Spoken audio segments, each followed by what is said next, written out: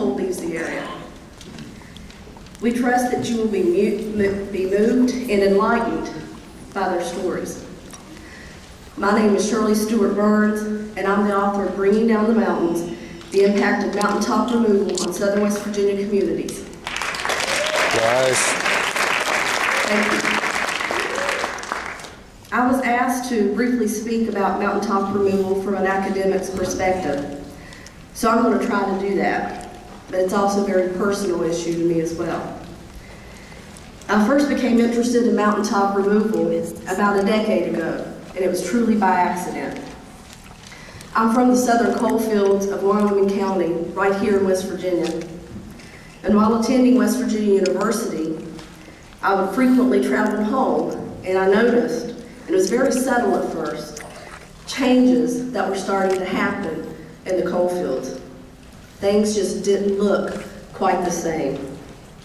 So I began to research just for my own edification and to dig, to try to find out for myself just what was happening. In 1998, I found a kindred spirit in Sam Cook from Virginia Tech, right here at the Appalachian Studies Association Conference. We began discussing this thing called mountaintop removal, and between us came up with the idea for the first ever academic panel on the topic. Our session in 1999 was filled to capacity, and it was standing room only. It was a very exciting time. The end of that conference was noted for its passage of a resolution against mountaintop removal by the Appalachian Studies Association.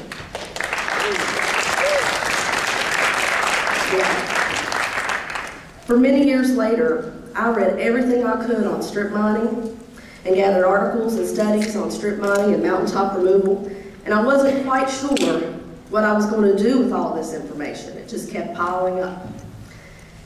In the summer of 2001, the repercussions of massive timbering and strip mining became even more personal as members of my own family lost everything in the massive flooding that devastated southern West Virginia that summer.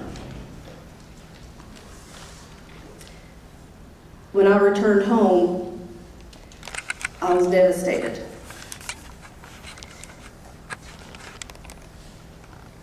As a native of the region, I was angry and saddened at what was happening to my people and to the land that we loved.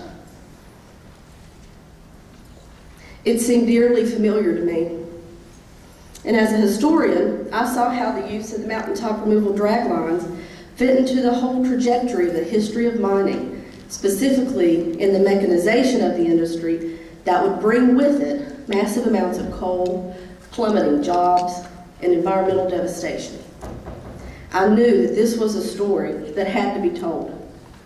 And I always wanted to write about this most recent conundrum that the coal fields found themselves in, but I didn't know when that might be.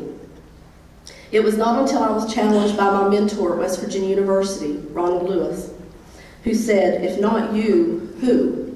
And if not now, when?" did I decide that the time was indeed now. The end result of that challenge was my book. Writing an academic work on mountaintop removal was not without its challenges.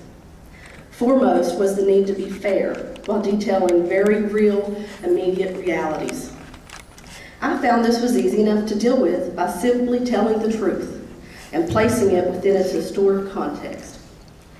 The truth was gleaned from innumerable scientific studies, federal and state documents, statements and actions or inactions as the case may be, by politicians, both historic and those serving us presently, looked at the historic and present realities of living in the coal fields through the boom and bust cycles, through the various mechanization efforts of the industry, through the relationships between the coal field residents that they have among themselves, with the coal industry, and with the union.